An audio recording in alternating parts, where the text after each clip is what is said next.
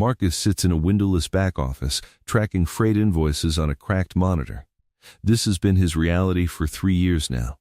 Double shifts. Same desk. Same $42,000 paycheck. Nothing moves forward. Then the envelope arrives on a Tuesday. Marcus already knows what's inside. His mother Gloria's medical bill has grown again. $11,400. His savings account? $847. He's watched that number barely move for 3 straight years. That night, Marcus doesn't sleep. Not from panic. Panic stopped working years ago. Instead, something clicks. He's been routing money for other people all day, watching hundreds of thousands flow through accounts he'll never own. Money isn't magic, it's a system. And systems have entry points. The first move, Marcus opens a brokerage account with $200. It feels almost ridiculous, but he does it anyway. Here's what most people don't understand.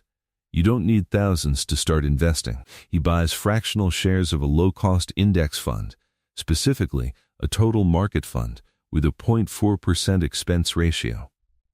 Why does this matter? Because time in the market beats timing the market every single time. A study by Fidelity found that investors who stayed invested through market cycles outperformed those who tried to time their entries by an average of 3–4% annually. That compounds massively over decades. Marcus sets up automatic investing, $50 every 2 weeks, directly from his paycheck. He never sees the money, so he never spends it.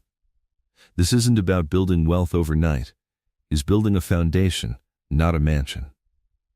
Creating value, Marcus picks up weekend bookkeeping for a small construction company.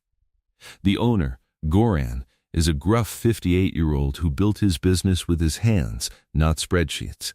He pays $400 monthly cash. Within 1 weekend of reviewing Goran's books, Marcus discovers something critical. Goran is losing 11% on 2 of his 5 contracts.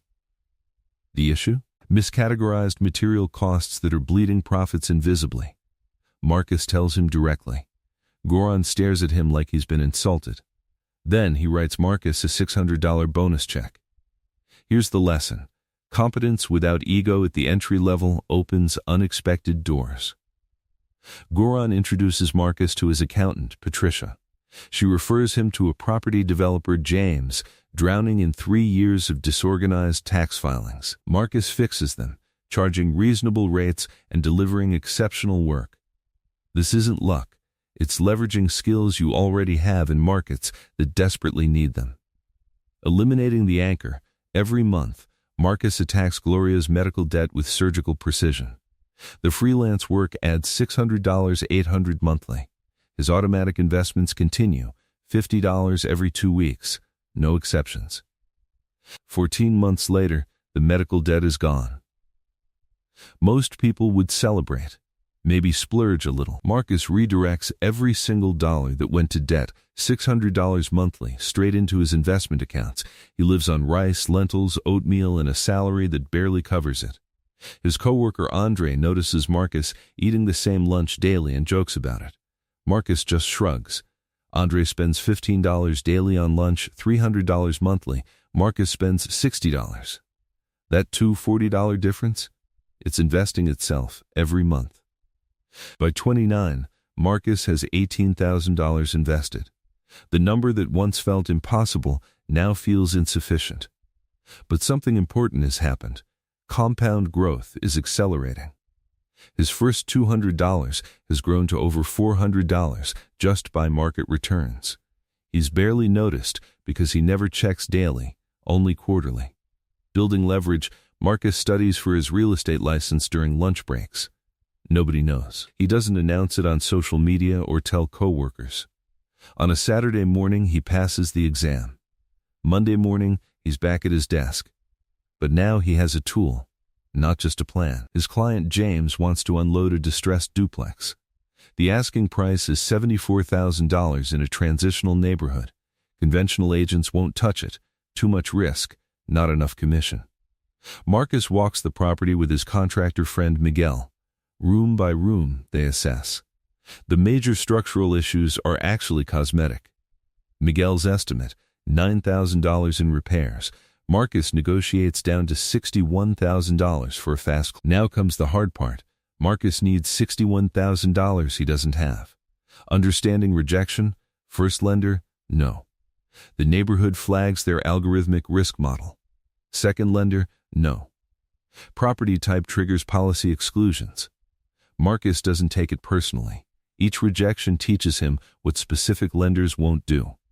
After 3 rejections, he finds a community credit union that specializes in neighborhood revitalization loans. He brings 2 years of clean financial history, documented income, and a detailed renovation plan. They approve a loan requiring 20% down, $12,200, plus closing costs, $2,800. Marcus has saved $15,400 specifically for this. Here's what's educational. His mortgage is $440 monthly. He charges $650 per unit. After property taxes $180, insurance $85, and 10% maintenance reserves $130, he nets $580 monthly positive cash flow. This isn't passive income yet. Marcus is the property manager, repair coordinator, and lease drafter. But it's real equity building while generating cash flow. Month 7. A tenant, Danielle, stops paying. Marcus sends the required notice, no emotion attached. When she doesn't respond, he files eviction paperwork himself. This is business, not personal. By month 9, he has a new tenant, Carlos, who stays for 3 years. Compounding across assets, at 31, Marcus owns 3 rental units. None are impressive individually, all cash flow positively. His index funds now total $41,000. Compound growth is visibly accelerating. He maintains $12,000 in a high-yield savings account, earning 4.5% annually. This emergency fund never gets touched. His coworker Andre asks how Marcus built what he has. Marcus tells him exactly, lower your expenses radically. Automate investments before you can spend the money. Acquire assets that generate cash flow. Never mistake being busy for making progress. Andre nods like Marcus spoke in riddles. Most people do. Marcus stopped being surprised years ago. The inflection point, at 34, a private equity firm, 4 partners specializing in distressed commercial assets, contacts Marcus. They've noticed his rental portfolio. They don't want his money, they want his analytical eye. They offer 10% carry-on deals he sources. Carry means Marcus gets 10% of profits after investors get their capital back, plus preferred return. This is how wealth accelerates, capturing upside on deals larger than you could fund alone. Marcus researches secondary markets obsessively. He finds a vacant strip mall. The anchor tenant left 18 months ago. The owner is bleeding $14,000 monthly in carrying costs. Assessed value, $1.2 million. The owner is desperate. Marcus models a complete repositioning, 2 medical clinics, a pharmacy, and a regional grocer. Post-stabilization, he projects $180,000 annual net operating income WA. He runs the numbers under multiple scenarios, conservative, moderate, aggressive. All show strong returns. The firm acquires it for $890,000. 2 years later, after repositioning exactly as Marcus projected, they sell for $2.1 million. Marcus's carry, $121,000. He's never seen a number like this with his name attached.